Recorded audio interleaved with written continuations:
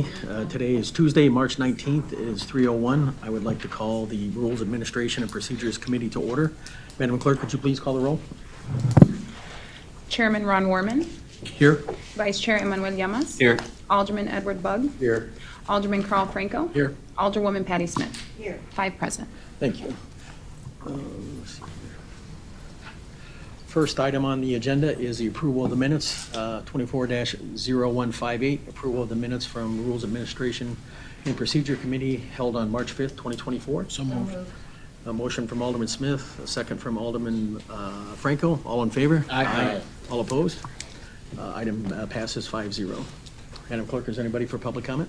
We do not have anyone signed up to speak. Okay, so we did switch up the agenda here a little bit, so we're going to go through and we're going to do all the appointments to the various boards.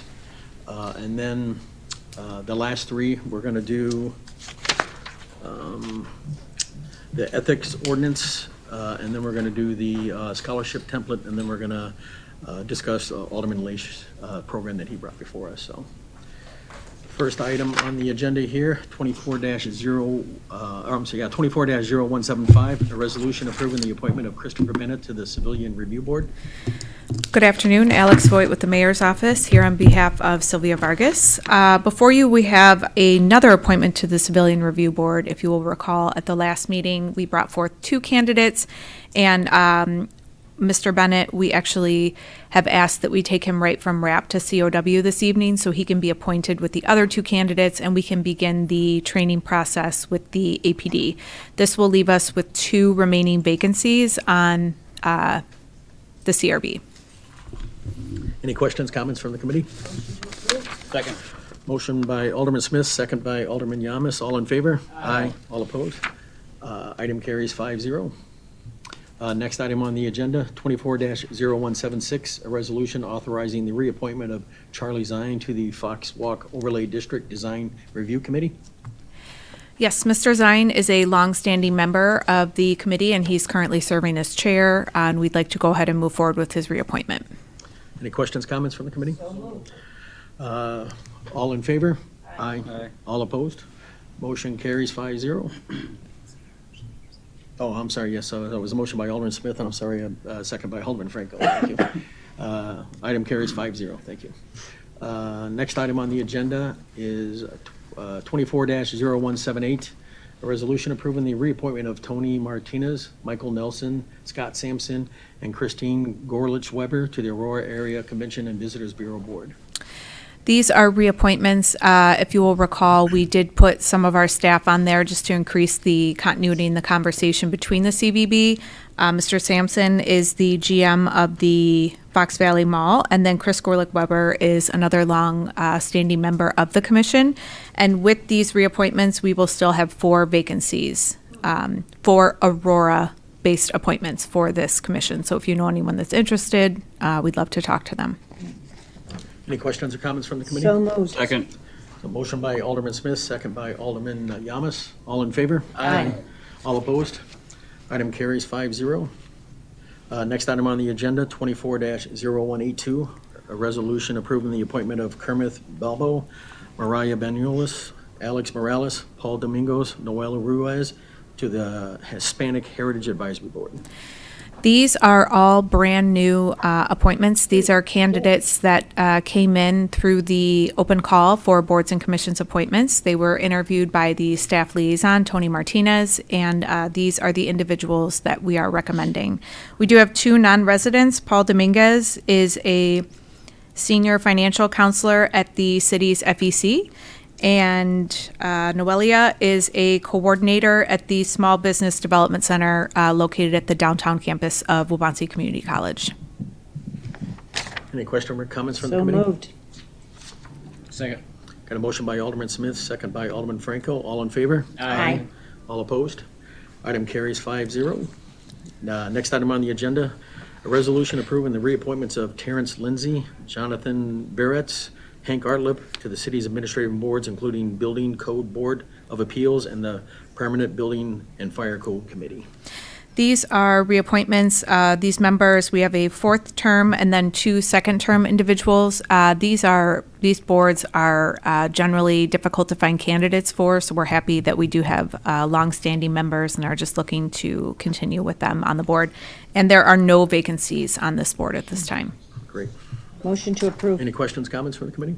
Second. Got a motion by Alderman Smith, second by Alderman Franco. All in favor? Aye. All opposed? Item carries 5-0. Next item, 24-0189, a resolution approving the reappointment of Matthew Clegg, Bert Wickman to the city's administrative boards, the Fire Code Board of Appeals, and the Permanent Building and Fire Code Committee. Again, these are two longstanding members, a third term and a fifth term respectively, and there are no vacancies on this commission. Question, comments from the committee? So moved. Motion by Alderman Smith, second by Alderman Franco. All in favor? Aye. All opposed? Item carries 5-0. Next item on the agenda, 24-0190, a resolution approving the reappointments of David Mertz and Sean Thomas to the Electrical Commission. Again, two longstanding members of our technical boards that we're looking to continue. So moved. Second. Question, comments from the committee? Hearing none. Motion by Alderman Smith, second by Alderman Franco. All in favor? Aye. All opposed? Item carries 5-0. Next item on the agenda, 24-0192, a resolution approving the reappointment of Christopher Minnick to the Aurora Firefighters Pension So moved. Fund Board. Any questions, comments? Second. Motion by Alderman Smith, second by Alderman Franco. All in favor? Aye. All opposed? Motion carries 5-0. Next item on the agenda, 24-0194, a resolution approving the appointment of Tiana Bailey to the Aurora Youth Council. Tiana is a student at School District 129, and if approved, this will leave us with 4 vacancies on the Youth Council. So moved. Second. Motion by Alderman Franco, I'm sorry, yeah. Motion by Alderman Yamas, second by Alderman Franco. All in favor? Aye. Aye. All Discussion. opposed? Discussion. Oh, I'm sorry. Alderman Bug? Thank you. 4 slots left open, which high schools? Let me pull that up here. Oh, you have it right here?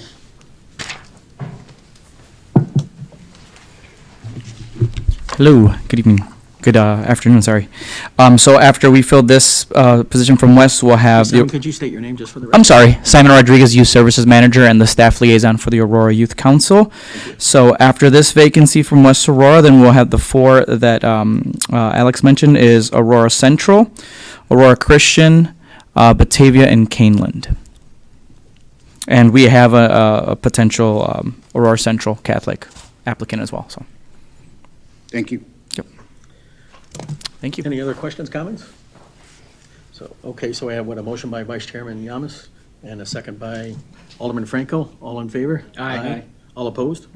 Motion carries 5-0. Thank you.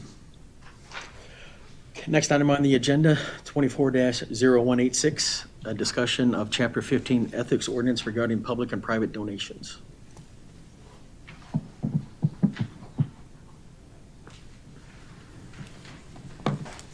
Good afternoon, Deb Lang from the Law Department. This was based off of a last RAP committee, kind of going through some of the additional questions that were raised that did not necessarily do with the scholarship program template that was in front of everyone. In this presentation, I'm breaking down the public versus private donations that are part of our Code of Ordinances. As you can see here, a public donation is one that is by any business or person other than a governmental organization of anything of value. So the examples in the code are cash, food, drink, gift cards, novelty items, merchandise, scholarships intended to be used or given away as part of a project, and this is all part of an official public project or program. So I think that covers some of the questions that we had yesterday last RAP committee regarding city-sponsored events. So this, hopefully this presentation will differentiate between that.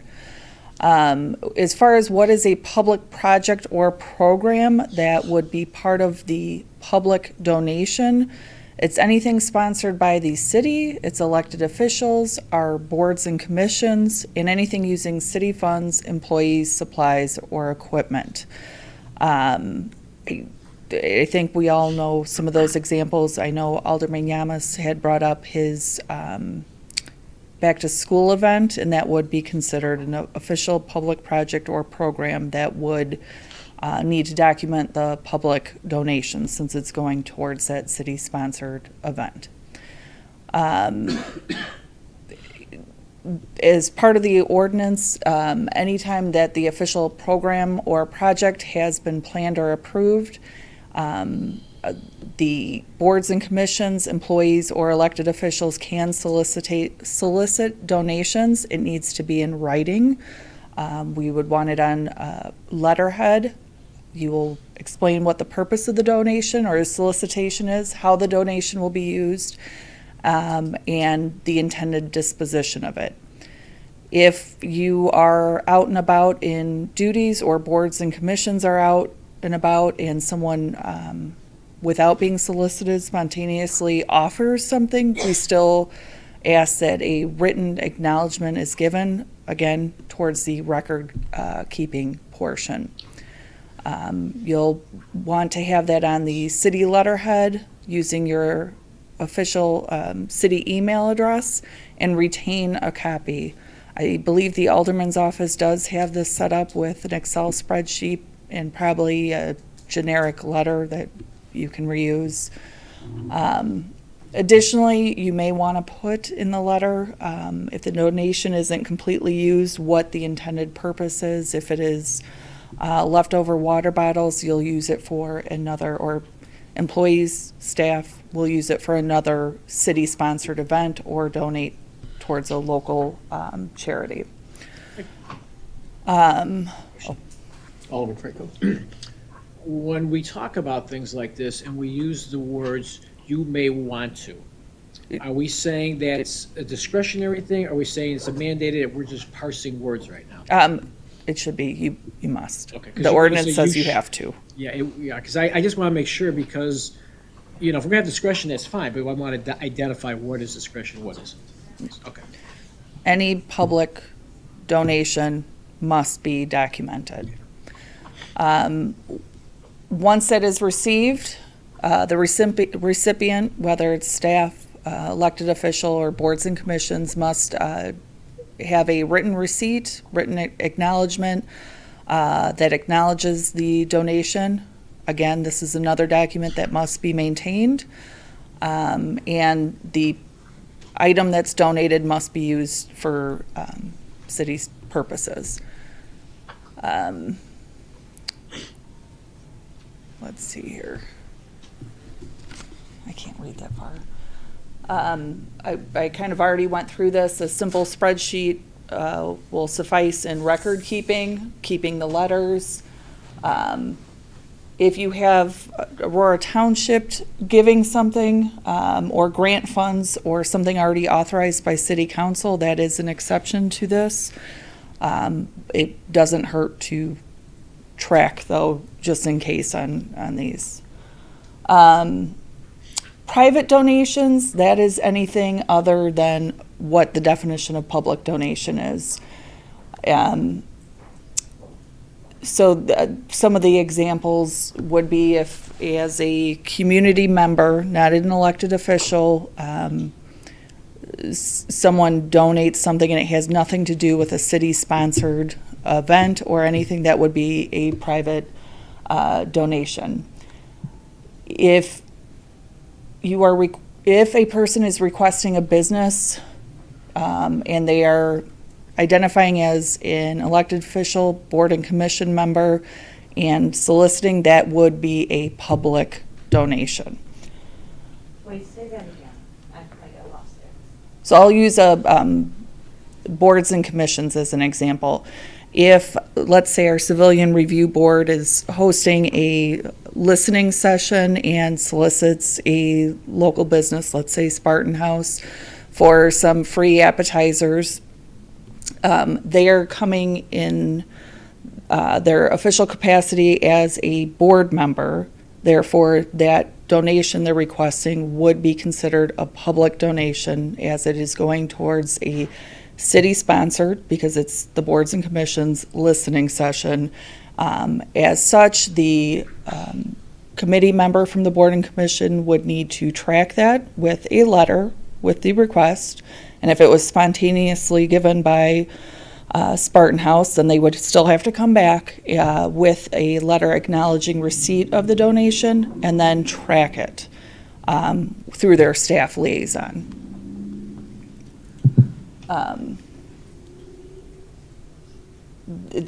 This ordinance was drafted to prohibit city officers, employees, elected officials from soliciting a private donation.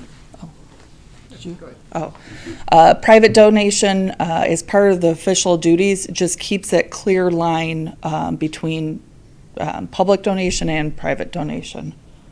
I think, Mr. Chairman, Rick Veenstra, Corporation Counsel. If I could add to some of what Counsel Lang said, the reason that there was the delineation between the private and the public donations in the code is because the City Council recognizes that whether they're sitting around a dais or whether they're employed in the city, we have a number of persons who are involved with the city who are also active in the community. They may be involved with the Kiwanis, they may be involved with Shriners, Knights of Columbus, Girl Scouts, any of those types of organizations.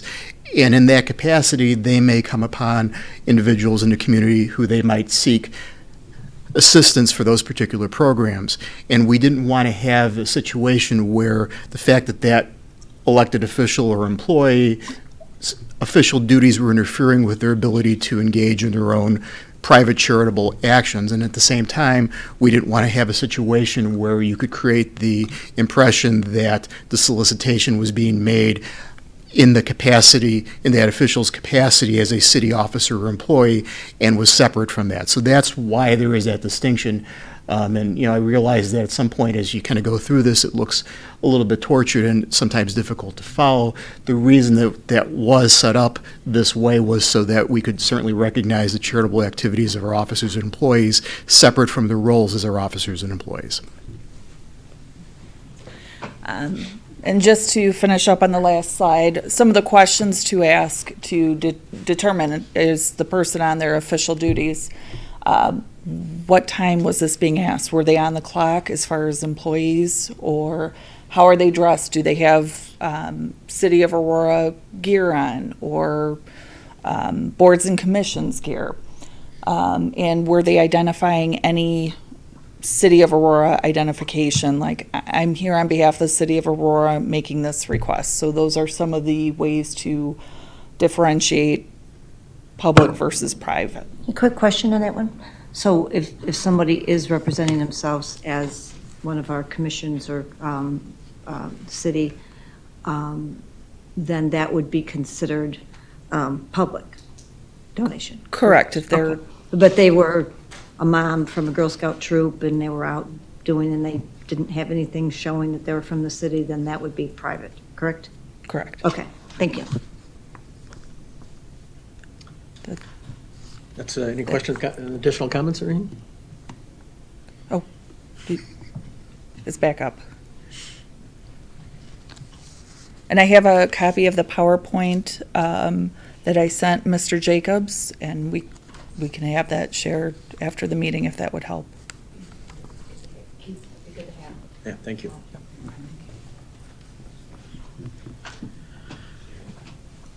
Yes, sir. Sorry, just a quick question. That's from information only. We're not voting on Correct. any changes to this. This is part of our existing ethics ordinance, correct? Correct. Thank you. Thank you. Next item, 24-0127, a resolution establishing the City of Aurora Award Scholarship Template and application for all awards to use as a guideline for their scholarship programs. Alrighty. I know this was discussed in great length last time we all met. Is there any additional comments or questions that we need to discuss? Yeah, I want to bring something up. Sure. We went over a number of things. Of course, we want to try and help out the scholarship programs as much as we can. So I'll lean on council, both councils. We have both of our esteemed councils here. So, of course, in my program, it's set up a little bit differently. Different aldermen have different programs, and we're trying to, work, the base is if it is a alder person using alderman funds, those funds 100% must go to an Aurora resident. Our discussion last time came about businesses in the community donating directly to the scholarship recipient and where that scholarship recipient resided or went to school and those things. So I kind of, tossed it around, looked at what we do as aldermen. So I and my colleagues in 8 and 10, we may donate and did donate to the Indian Prairie Education Fund. And so I took a look at that. So those were ward funds going toward Indian Prairie. And I thought about that. And of course, in the end, I don't control where those funds go. Those funds could certainly go to an Aurora resident, but they could, in whatever Indian Prairie wanted to do with that money, they could partially go to a Naperville resident. So I thought about that and trying to work this out. And even East Aurora.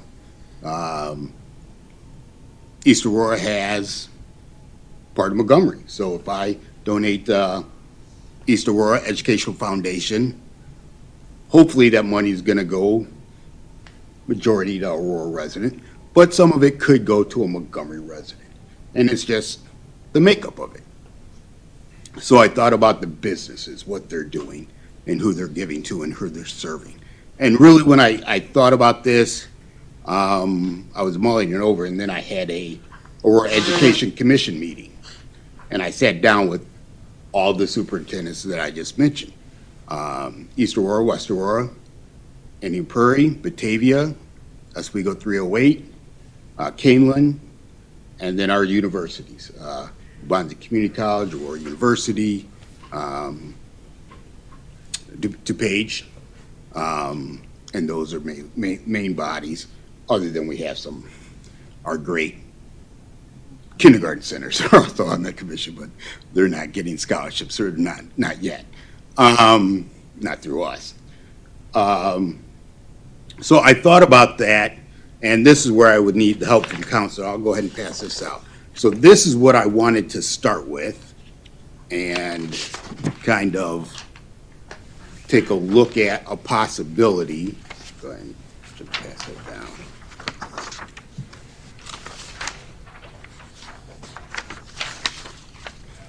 Yeah. Okay.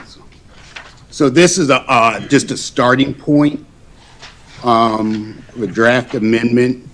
And of course, it would have to pass muster under our template and under public or private gifts. But if a business sponsors a scholarship that is awarded directly to a student that is in conjunction with the Alderman's scholarship program, the scholarship recipient must be a resident of a college or school district represented on the Aurora Education Commission. So basically, the Aurora Education Commission, I just went over the makeup of that. Basically, all our base school districts, colleges in Aurora. And if a new college, one of the caveats, we had some colleges in Aurora that sat on the commission, and then those colleges, for whatever reason, are no longer in existence in Aurora. So their membership fell off. But if a new college came into existence in Aurora, I know they will become a part of the Education Commission, so they will be covered under this. So like I said, this is kind of a starting point for the businesses.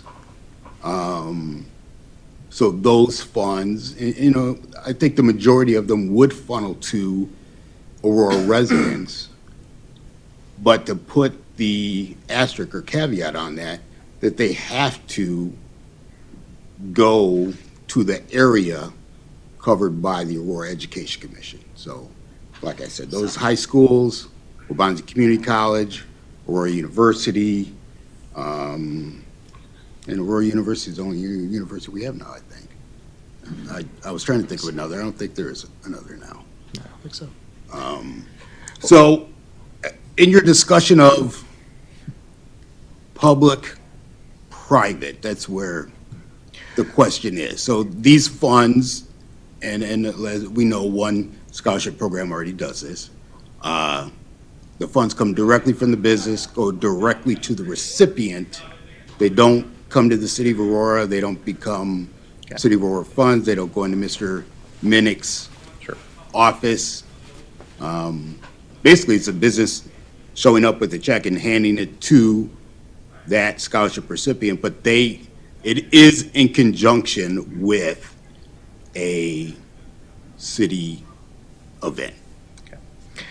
That's an interesting question, Alderman, and I would answer it this way. The section of the code that the RAP committee is looking at right now with respect to the aldermanic scholarship programs is designed to address the use of what are commonly known as ward funds, funds which are appropriated from the city treasury to each of the individual aldermen, and how those funds are to be used. What we're effectively looking at here then with the proposed amendment or the concept that you're looking at would be a business that would be somewhere in between, something that would be between a private gift, as we've discussed from Ms. Lang's discussion of the ethics ordinance, a private donation versus a public. It's kind of a interesting gray area there. My perception is if we were going to do it under the guise of an official aldermanic action, so if it were part of a scholarship program that was authorized by the RAP committee, even though that contribution would never become public funds in the sense that the city never receives a check and then pays that money out, I would advise that the aldermen follow the requirements set forth in the city code as if it were a public gift and do all the public donation and do all the documentation therefore, because it takes on the character of a public donation, even though it's never actually being received directly by the city official. But it still has all the trappings of it. It still has the request or solicitation coming from the city official. It's still presumed to be part of these, what we would presume to be an authorized scholarship program endorsed by this committee and its powers under Chapter 2 of the ordinance of the city code. So in that regard, even though it may not actually become public funds, my advice would be treat it as if it were in terms of how all the trappings of it, and that would be the full documentation, acknowledgement of the receipt, and things of that nature. Now, as far as to where those funds could be going to, again, it's a private donation. It would seem a little odd that the official city initiative would see a non-Aurora resident benefit from the program, but at the same time, it's also not city tax dollars being used. One of the ways I think you could probably do it is if this was a series of businesses that were interested in doing this, is having the expectation or talking to the businesses that when they make contributions or these scholarships, that they make it a criteria that it be an Aurora resident.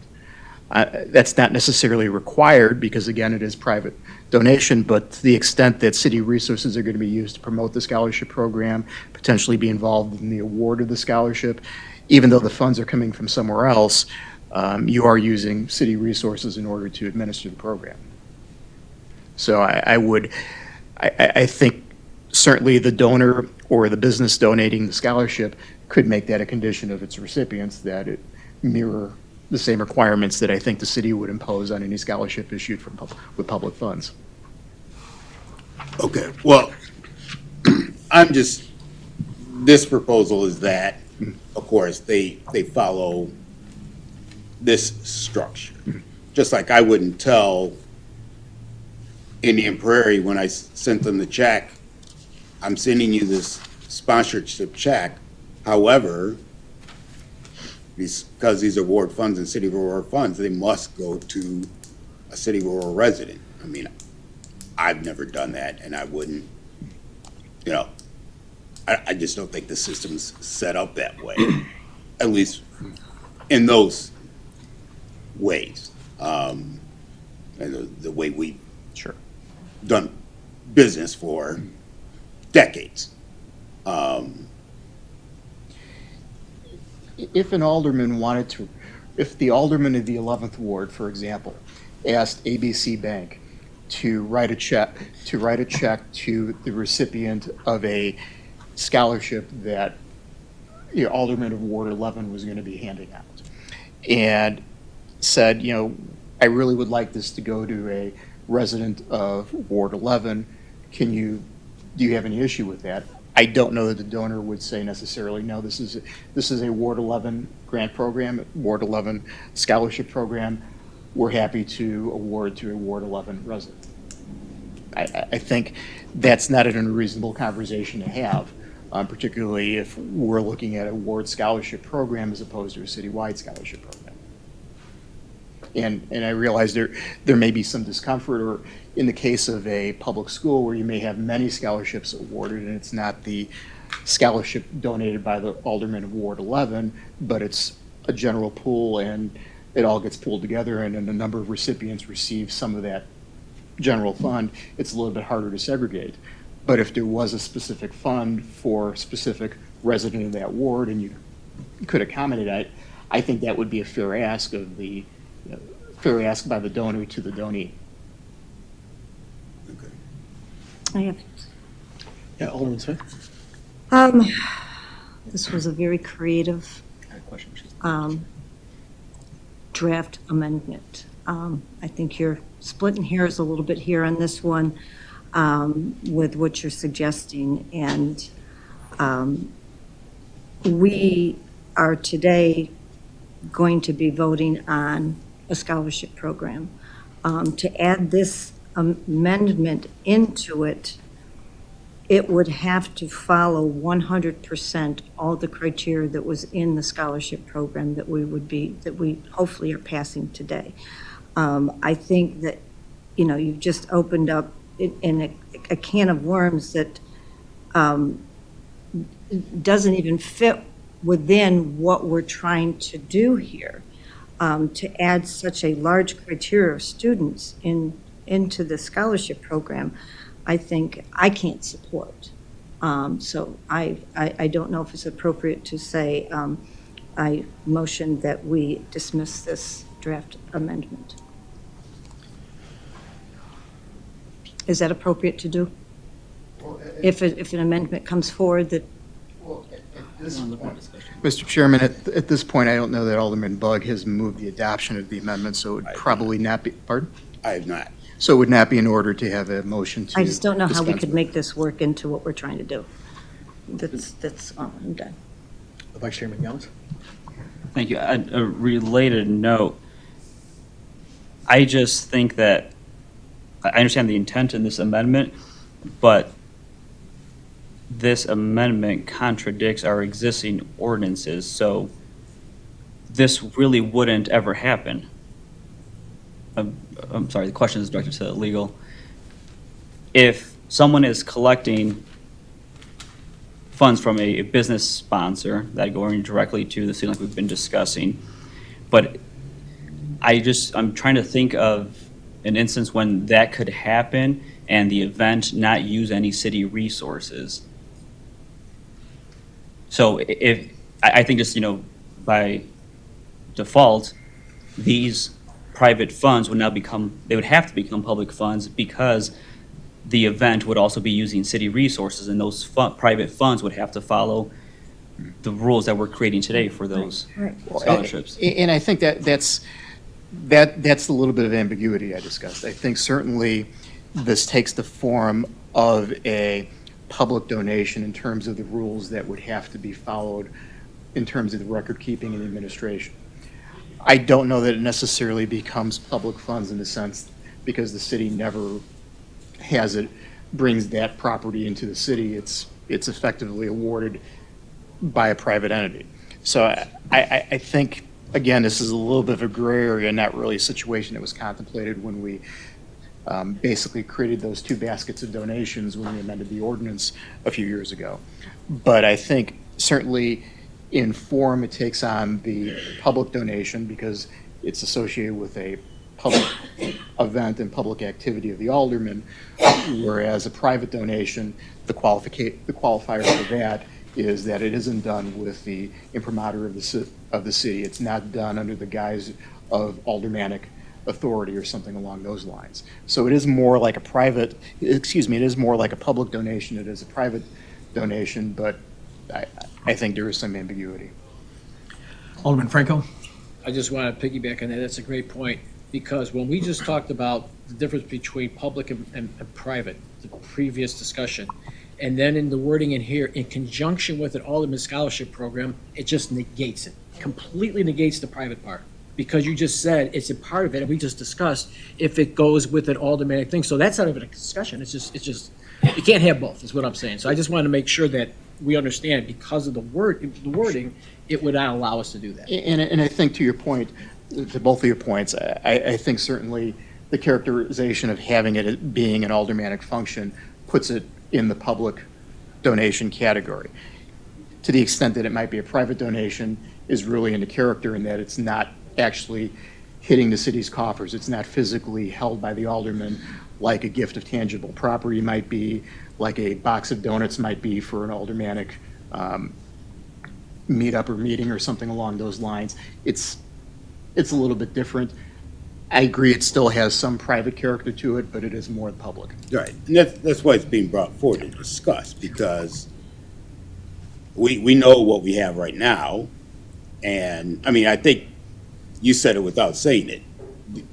Once the private business is putting forth funds that don't come into the city coffers, but go to a recipient, it's really, call it what you want, quasi-public, quasi-private, whichever term you want to use. It has characteristics of both. And we have the ability to put forth, wording or whatever, if it can help current aldermen or future aldermen in the way they're doing their scholarship program. We can look at different things. I think the way one of the programs is set up, we have, like I said, those characteristics of both. And, we have the ability to change. The template's not set yet. We haven't passed anything. So we're the ones setting up the template.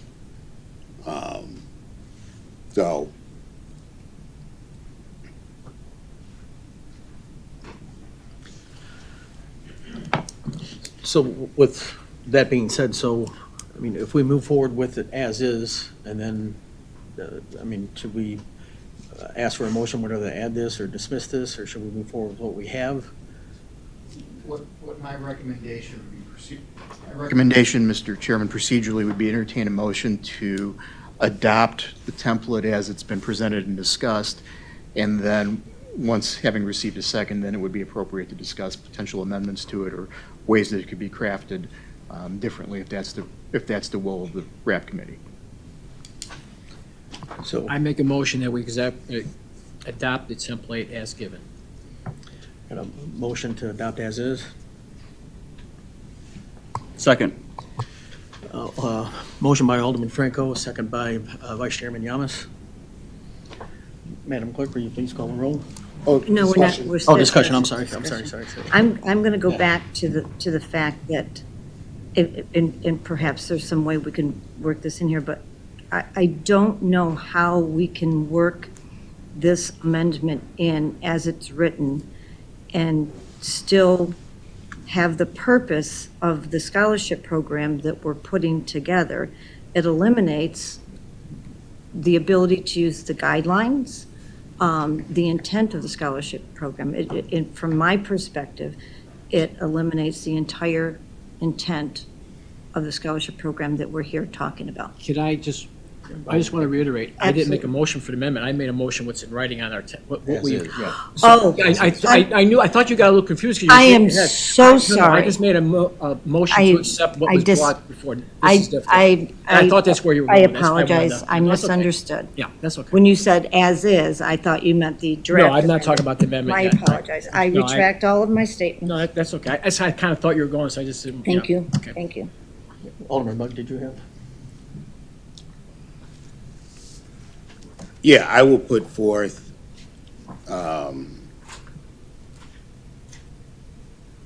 the draft amendment and it, understanding that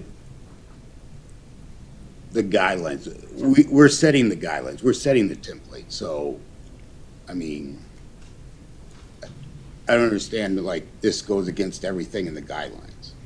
We're forming the guidelines right now, that's what we're doing.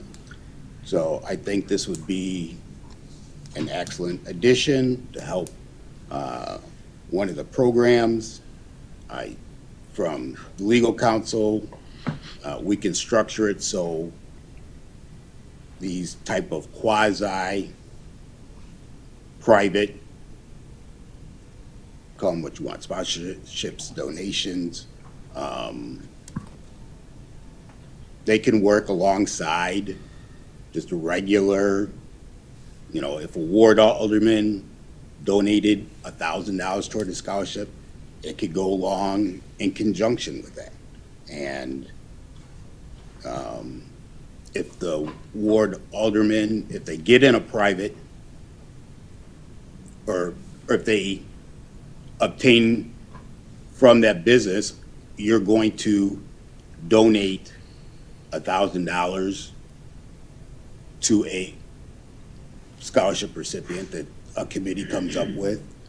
They write a letter to that business, thank you for agreeing to donate $1,000 in conjunction with Ward 11 program. This is the date of it, scholarship recipient, and, those monies never come to the city. They never come to the finance department. They come with the check. The check goes to that recipient. I mean, I believe it's a way that can help continue on some of the programs that are happening now. So I'm going to entertain a motion to amend. And before you do that, I just have a few questions, maybe. So the way it sits as is right now, so this is just like a alderman initiated project, right, board project? So this right here, Alderman Bug is talking about if we donate to, or East Education Foundation, things like, are they the same thing? Or is this, is this like a specific award program for like, that they have for, business improvements and what have you?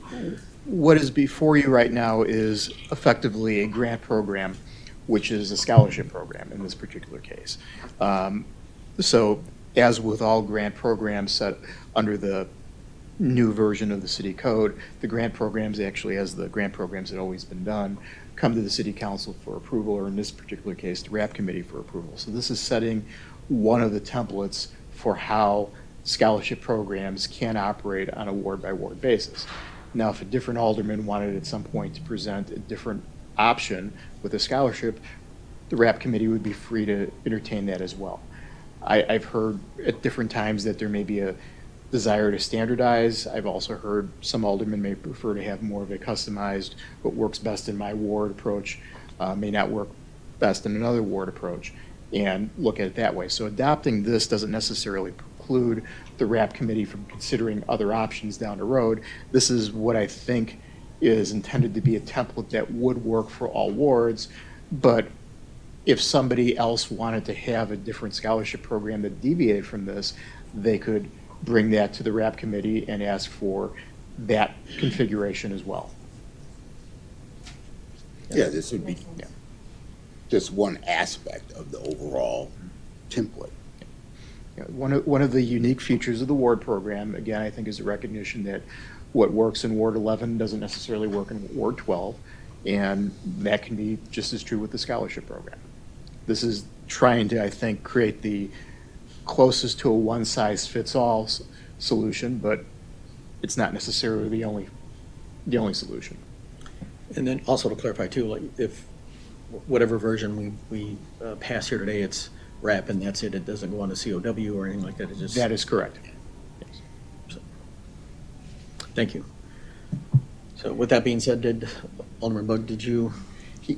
Alderman Bug made a motion to amend. The Okay. time would be to ask for a second. Okay, so I have a motion by Alderman Bug to amend the resolution. Do I hear a second? So without hearing a second, that means that motion is denied then, correct? Any other questions or comments? So, Madam Clerk, will you please call the roll? Chairperson Ron Warman, Yes. Vice Chair Emmanuel Llamas, Yes. Alderman Edward Bug, No. Alderman Carl Franco, Yes. Alderwoman Patty Smith. Yes. 4-1. Thank you. Next item on the agenda is 24-0184, a resolution establishing the Aurora Solar and EV Charging Rebate Pilot Program for Alderman at Large, John Leish. Thank you, Mr. Chairman, members of the committee. John Lash, Alderman at Large. I have a few slides to go over some of the bullet points on the legislative item that is before you. And then a member from the Citizens Utility Board who's going to be partnering with me to help promote this program is going to go over a few slides after that, and then we'll make ourselves both available for questions, but I'm happy to answer any as they arise. So this is modeled similarly to a lot of the programs that many of you have in your wards for ward improvement funds. My intention is to appropriate $15,000 of the $20,000 that the at-large aldermen receive each year. You can see that there's 3 levels, up to $1,000 for residential or commercial to install a small solar panel system, up to $500 for home EV chargers, and up to $3,000 for multi-roof larger projects or standalone systems. Next slide. Or do I got it?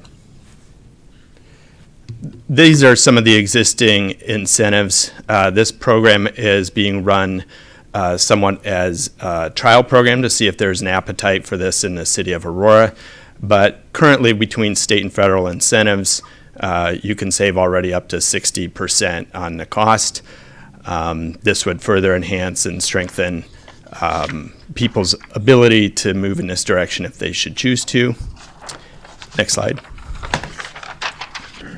And this, I didn't put all of the program requirements in here, but we did go into great detail, and this has been reviewed by legal twice, I think. And one of the basic requirements, of course, is being an Aurora resident in good standing, no liens on the property, or a city-based business, city-based not-for-profit that owns the building. Each participant, and this is a part of the role that CUB will be partnering with, is to make sure that we vet to make sure that the rooftop or location for the solar panels is a good candidate with respect to sun exposure and roof age. There's multiple online ways to go about looking at your rooftop, and this will be one of the vetting requirements. It'll be open to residential, commercial, multi-roof, freestanding systems. Of course, it requires all permitting through the city of Aurora and a post-installation approval by our permit department. And then if it's in a historic district, it needs to meet the requirements of that code, which I've articulated in the Legistar item. Needs to be a licensed Illinois electrician. Illinois requires apprenticeship training programs, and this only applies to purchases, no lease agreements. Next slide. This is a little bit about just the steps that I've set up. I don't think that all of these are going to go necessarily in this order. So, for example, the Citizens Utility Board might bring forward a candidate that's already at step 4, and then we would have them go backwards and fill out the paperwork in step 1s. But this is provided and will be part of the marketing materials to help walk homeowners through the process. My role will be, and through the Alderman's office is vetting for the sun exposure and making sure that the resident is in good standing with the city of Aurora. Next slide. I presented 2 paths. It's my intention to work with the Citizens Utility Board as a partner in this for a number of reasons, but I haven't excluded the program to only the Solar Switch program users. But if a homeowner wants to go on their own, perhaps they're a qualified solar installer and want to DIY the project as long as they're following all the steps, that's not something that would preclude, or if they want to go out and find their own contractor, that's fine. CUB does offer a group buy program, which saves people up to 20% on the cost. They have all qualified contractors vetted and people that they're familiar with using. And they're also familiar with the state and federal programs, which is the big part where I need a lot of help. They do have solar power hour events, and I'm willing to work with any of the other ward alder people that may want to hold these in their wards if that's something that you're interested in. And I'll turn it over to Marina with the Citizens Utility Board if she's on this call. Yes, hi everyone. Hopefully you can hear me all right. I don't know if you can see me, but thank you, Alderman Lash, for inviting me to speak today. So the previous slides were talking more about his potential rebate program, and then I wanted to talk about how that could be coupled with a program that Citizens Utility Board offers called Solar Switch Chicago. Pardon me, real quick, could you just please state your name and... Oh, sorry. Yeah, and who you're with, just for the record?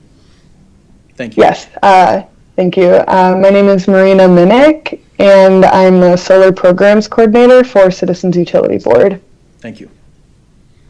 And we can go next slide. I just want to give a brief overview. Solar Switch Chicagoland is a solar group buy program that the 2 nonprofits on the screen have been running since 2019 in the Chicagoland area. So again, I'm with Citizens Utility Board. We are a consumer protections organization for utility ratepayers. And the other nonprofit we have been working with since 2019 is the Midwest Renewable Energy Association. They are an educational organization and nonprofit that does solar training for people wanting to enter the industry, and then they also run group buy programs throughout the Midwest. And then early 2023, we started working with a for-profit company called iChooser, which has helped us scale up the program since Chicagoland is quite a big area. You can go next slide. So what is a group buy? Essentially, you can do a group buy with anything. It is when people pool their buying power in order to secure a lower price for whatever it is they want to buy. So for solar, we are looking for residents interested in going solar. And when we have a large number of residents going solar, installers are able to reduce their prices a bit or receive a bulk purchase discount on the technology. Therefore, participants get a better price. The group buy programs that CUB runs really focus on 3 main things. First is education. So as we're running these group buy programs, we're offering free solar power hours, which are essentially solar 101 sessions so that people can feel educated on the decision that they're making. Next, we really care about consumer protections. So any installer selected to be part of the program goes through a rigorous vetting process. And finally, we care about affordability as well, which again, using that bulk purchasing power, we're really able to secure a better price, usually around 15 to 20% below the average market price for solar. You can go next slide. Solar Switch has 5 main stages. So the first one is a registration drive and really encouraging people in the community to register through an online platform. It's completely free to register. You fill out a short questionnaire about your home size and energy usage so that the program has an idea of what size system you may need. While that's happening, again, we are vetting our installers. Once we select those installers, we run a reverse auction and settle on a base price for the program.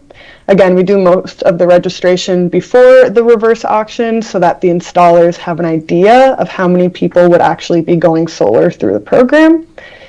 Once we have that pricing and we have the home information from the questionnaire, we're able to send people a personal recommendation, which is a pretty good estimate as to how big a system you would need and how much that system will cost. If people are interested in going forward, they would accept their offer and they'd be put in direct contact with the solar installer. And again, they would receive a more accurate proposal for their system. But if you decide you don't want to, you don't have to. And then in order to accept that decision, there is a $150 fully refundable deposit. And again, that just filters through our registrants and makes sure only serious folks are moving forward, which saves time and money on the installer side. And then finally, you would get your installation in the end. Next slide, please. And I'll go through these last two very quickly. Here are just some of the things we look at when vetting installers. If folks are interested in knowing more about this, I would be happy to send some resources along. But again, we're looking at their history and track record as a company, their quality, their customer service, the technology that they're using, financial stability, things like that. Next slide. And then again, I'm really excited to be partnering with Alderman Lash on kind of promoting his program within our own program. So if other people are interested in promoting the program directly to their residents, that would be great. This program is actually officially sponsored by Cook, Kane, Lake, DuPage, and Will counties. So, we already have those official county partnerships that help to promote the program. They send letters out to residents on our behalf, which is great. So if that's something you or even maybe the city of Aurora would be interested in doing or interested in becoming an official partner, I'd be happy to chat about that as well. And the next slide just has my contact information and also contacts from the Midwest Renewable Energy Association and iChooser. That's about all I have. Thanks. Thank you. Alderman Leahy. Any questions? I don't have any follow-up unless people have questions. I'm happy to answer. I Alderman got Franco? some questions because I'm kind of familiar with some programs, so I want to know how this relates to some of the other ones. So for the programs that I'm familiar with, the grant programs, and I'll ask legal about this, how does prevailing wage factor into this? Because I know in my program, if prevailing wage is available, you have to use it. So how would that factor into this particular thing? Because I don't know about that, who does that, if they're union people or, how that would work. There is generally an exception in the Prevailing Wage Act for owner-occupied residences. I would double check to make sure before this goes forward in terms of how to do that, but that wouldn't necessarily be a barrier to proceeding here. It may just make some of the initial cost a little bit more expensive, but it shouldn't be a barrier to approving the program. Well, right, so for example, in my program, I know when somebody does landscaping, there's no really prevailing wage involved, but when we do sewer work and stuff like that, they have to get prevailing wage because they are there. So I mean, that's kind of how I want to know how that would be for this, because I don't know anything about the installation, so I don't know if there are. If that's the thing. So I'll tell you that going all the way back to 2009, I pushed our union training center and the Carpenters Union to create some of these training programs. And their interest is largely in large-scale commercial projects. We do finally, I think in 2017, 2018, did have a commercial training program, so we have that now, but we don't go after this work. The UE is working to organize a lot of solar workers, and I'm supportive of that effort. And Marina, I don't know the status of whether any of your installers are union or not union, but certainly I'm not aware of any that do this kind of work.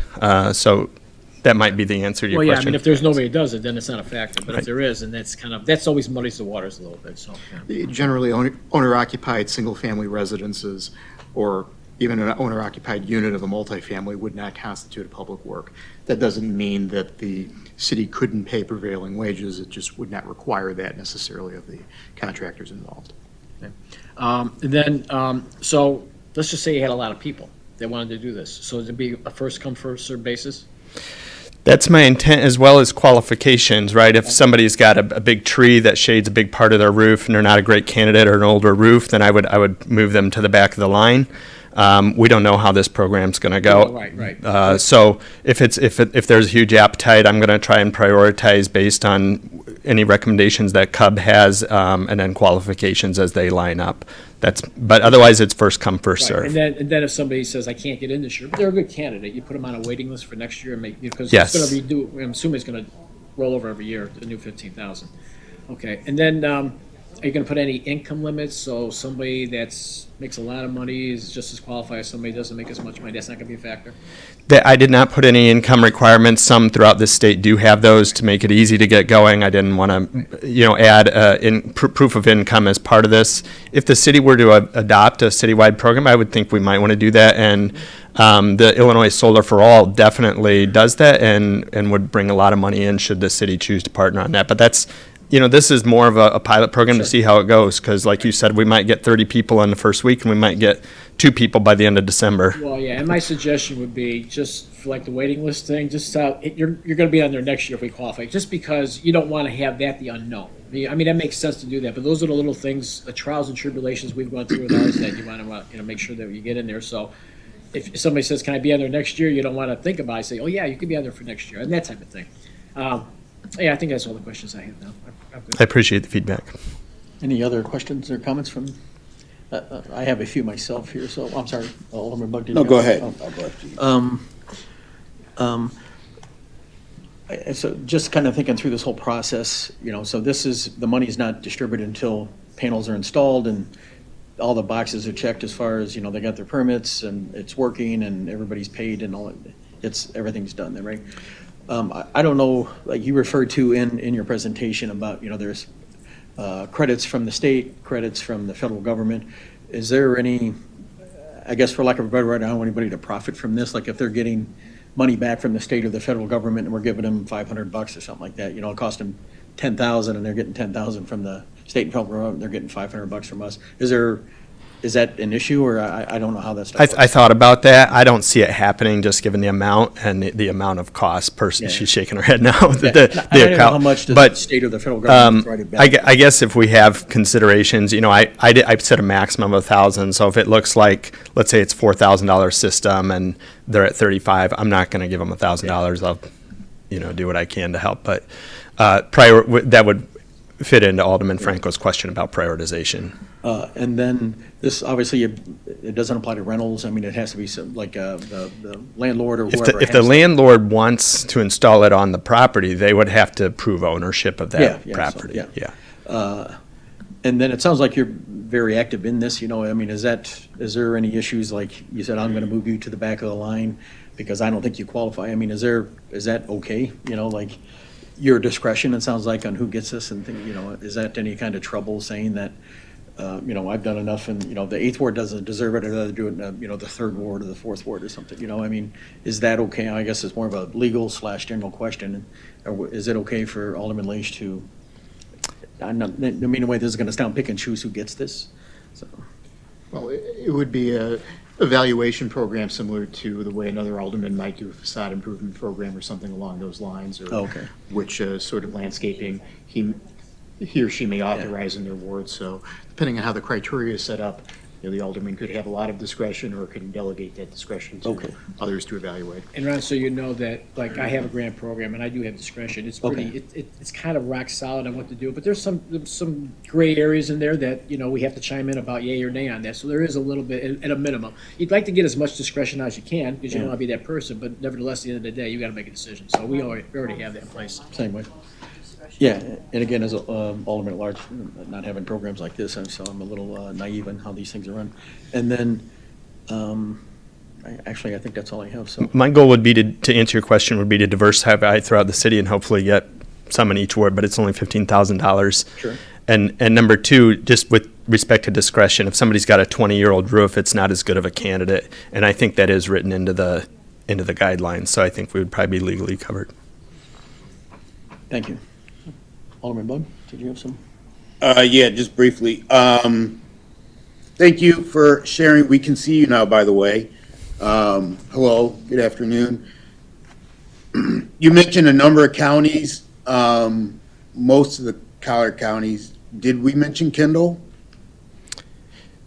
So Kendall is covered by the program, but they're not official county sponsors. Explain.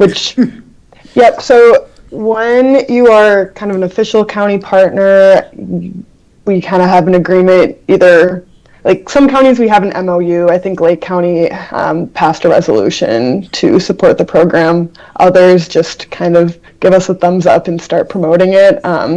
So as an official county partner, usually those counties will share about the program on their social media pages, and then they will allow us to use their county seal on marketing materials, and then we also typically send out direct mailers to a certain percentage of residents. So Kendall County, honestly, both of the installers currently working in our program are happy to go to Kendall, so we include them. We just really haven't made the connection with the county yet for them to become partners, which is something we're working on doing.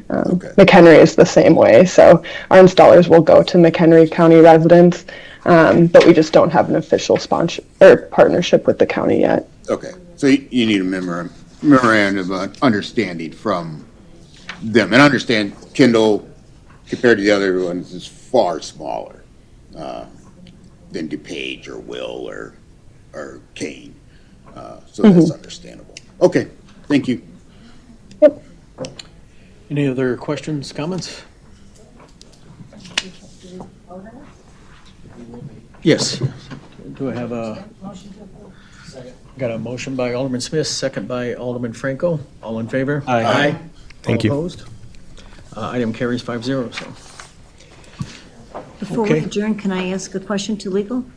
Certainly. So I just want to clarify now, because this scholarship thing is, it's been ongoing for a while, and there's been a lot of issues putting this together. So just to clarify what we did today. Today, we voted on a scholarship program. So as of today, right now, we have one scholarship program that is part of the city of Aurora.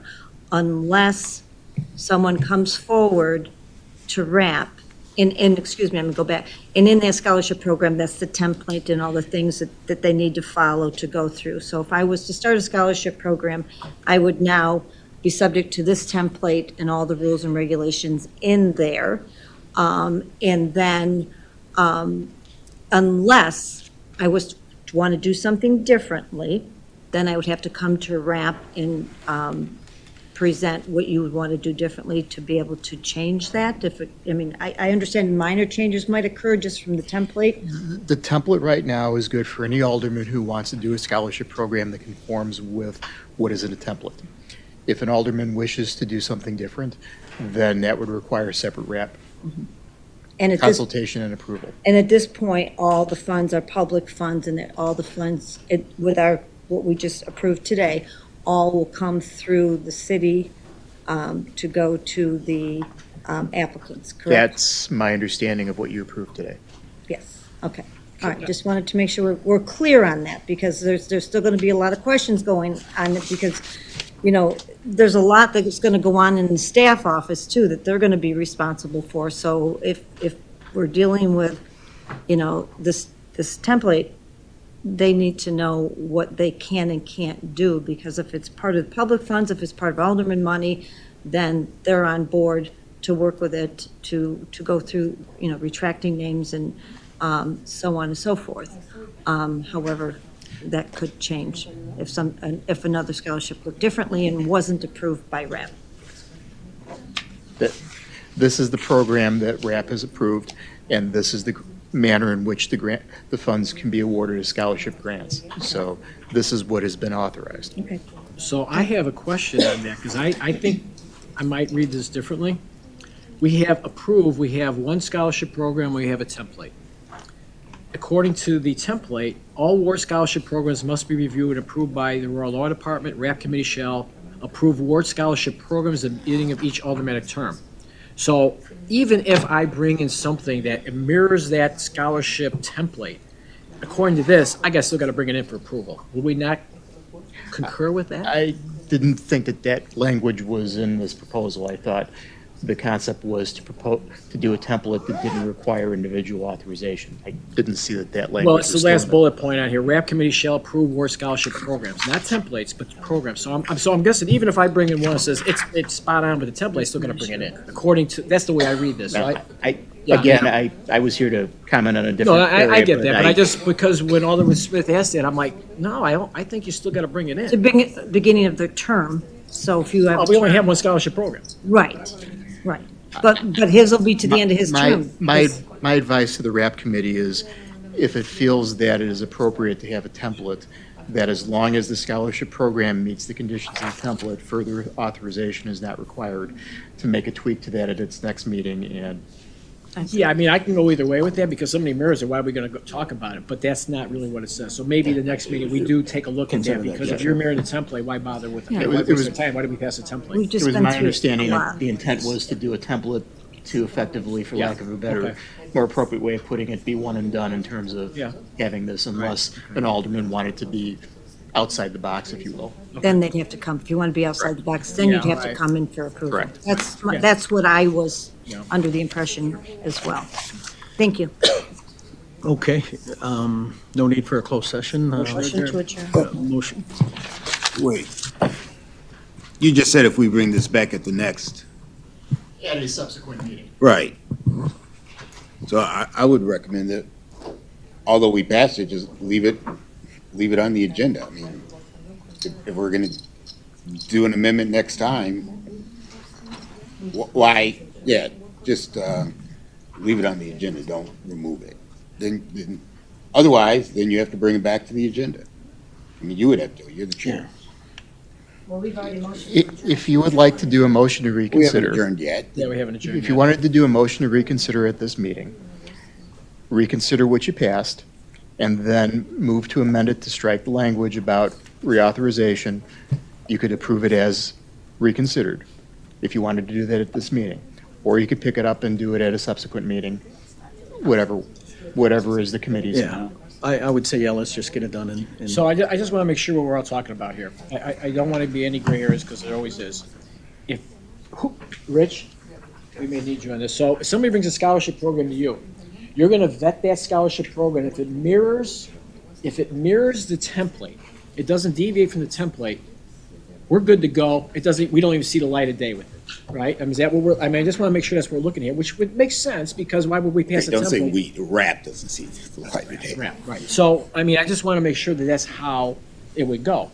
If you felt that somebody brings a scholarship program and it doesn't meet it, then say, I got to bring that to RAP, because I guess you're the authority of whether it comes to us mirroring the template or not mirroring the template. Would that kind of be correct, is what we're looking at here? Well, I'm sorry if I put you on the spot, I don't mean to. I'm just trying to figure out who's that person that says it mirrors or it doesn't mirror. generally what would happen is if aldermanic staff felt that there was something that deviated from the norm, then they would consult with the law department, and if we agreed that this was outside the scope of what RAP had approved, and enough where it was sufficient where the committee needed to take a look at it, we would recommend taking it to RAP. So in conjunction, there's oversight to, okay, I just want to make sure we got all our ducks in a row before we vote on something. I'm like, oh, we didn't think of that type of thing? Okay. You know, a dotted I or a crossed T, Right. you know, may not be enough, but, Right. you know, if it's Sure. substantial deviation. Okay, so the amendment that we're making on here, the very last point on this, First, if I could interject, if one of the aldermen who voted on the prevailing side would move to reconsider their vote on the scholarship and get a second, we could vote to put that back on the table. I move to reconsider the vote on the scholarship. Second. Mr. Chair, if you would take a vote on that. Okay. Madam Clerk, will you please call a roll? Chairperson Ron Warman, No. Vice Chair Emmanuel Llamas. No. Alderman Edward Bug. Pass. Alderman Carl Franco. Yes. Alderwoman Patty Smith. No means you don't want to reconsider and just change this one line, correct? No means that it's done for today. It's done. Yes means we want to just change this one line. Yes means you put it back on the table for that and any other amendment that may be offered. Oh, no. Alderman Edward Bug. Yes. 2 yes, 3 no. Motion to adjourn? I had original motion by Alderman Smith, a second by Alderman Franco. All in favor? Aye. This meeting is adjourned at 4:16.